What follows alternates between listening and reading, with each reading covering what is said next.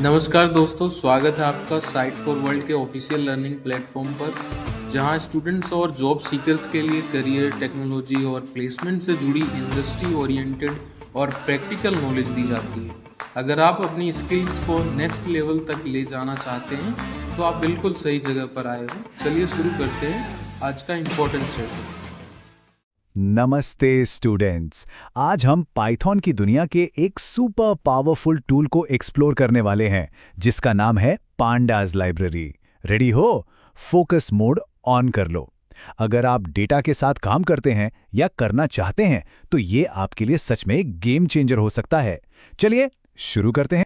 तो सबसे पहले ये सवाल आता है कि सारे डेटा साइंटिस्ट आखिर एक ही टूल क्यों यूज करते हैं? सवाल तो अच्छा है और इसका जवाब एक बहुत ही कॉमन प्रॉब्लम में छिपा है।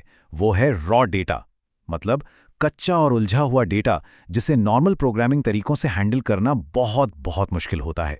इस प्रॉब्लम को ठीक से समझने के लिए आइए एक कॉमन सिचुएशन देखते हैं। हमें डेटा कभी भी साफ सुथरा और रेडी टू यूज फॉर्मेट में नहीं मिलता।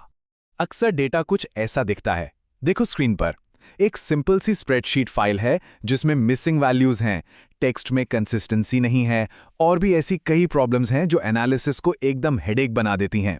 यहां देखिए, लाटे कैपिटल एल से है और लाटे स्मॉल एल से, और एक जगह तो यूनिट सोल्ड की वैल्यू ही गायब है। समझ आ रहा है प्रॉब्लम क्या है? और इसी प्रॉब्लम को सॉल्व करने के लिए आता है हमारा सुपर हीरो पांडाज। ये सिर्फ एक और लाइब्रेरी नहीं है, ये खास तौर पर इसी समस्या को सुलझाने के लिए बनाया गया एक स्पेशल टूल किट है।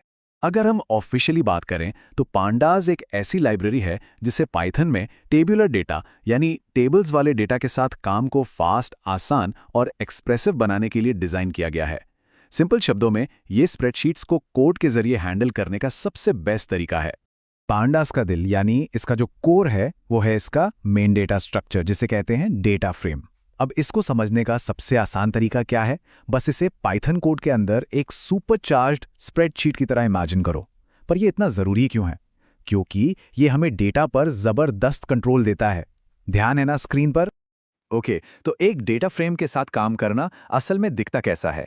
डेटा साइंटिस्ट आमतौर पर एक बहुत ही सिंपल 3 स्टेप वर्कफ्लो फॉलो करते हैं: लोड, इंस्पेक्ट और क्लीन। चलिए इन तीनों को एक एक करके देखते हैं। बहुत सिंपल है। पहले डेटा को एक फाइल से लोड किया जाता है, फिर उसके स्ट्रक्चर और कंटेंट को समझने के लिए उसे इंस्पेक्ट करते हैं, और आखिर में उसे एनालिसिस के लिए रेडी करने के लिए क्लीन किया जाता है। तो ये 3 स्टेप्स हमेशा याद रखना: load, inspect and clean. Clear है? पांडास डेटा लोड करना काफी आसान बना देता है, रीड सीएसवी जैसे सिंपल फंक्शंस के साथ। पर यहां एक दिलचस्प बात यह है कि परफॉर्मेंस के लिए फाइल फॉर्मेट बहुत मायने रखता है।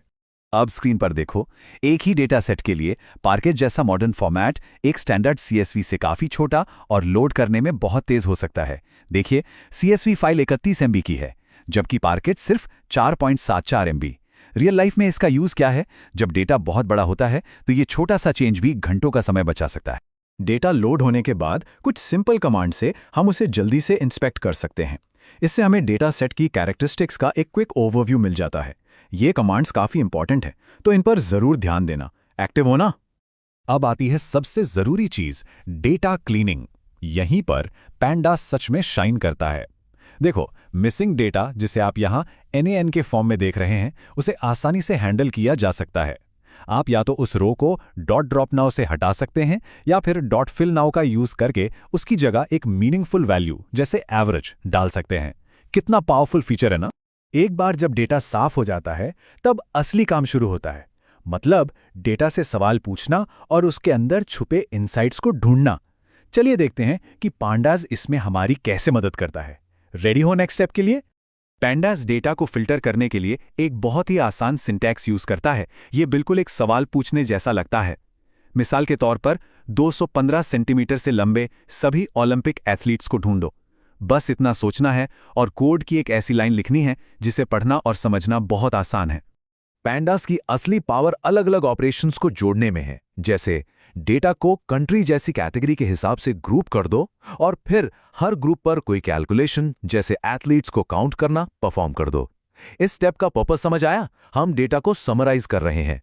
ये स्लाइड इसका एक परफेक्ट एग्जाम्पल है। यहाँ बॉर्न सिटी कॉलम पर सिर्फ एक डॉट वैल्यू काउंट्स मेथड का यूज करके हम तुरंत पता लगा सकते हैं कि सबसे ज्यादा ओलंपिक एथलीट्स कहाँ से आते हैं। देखो, ये एक ऐसी पावरफुल इंसाइट है जिसे आसानी से एक चार्ट में कन्वर्ट किया जा सकता है।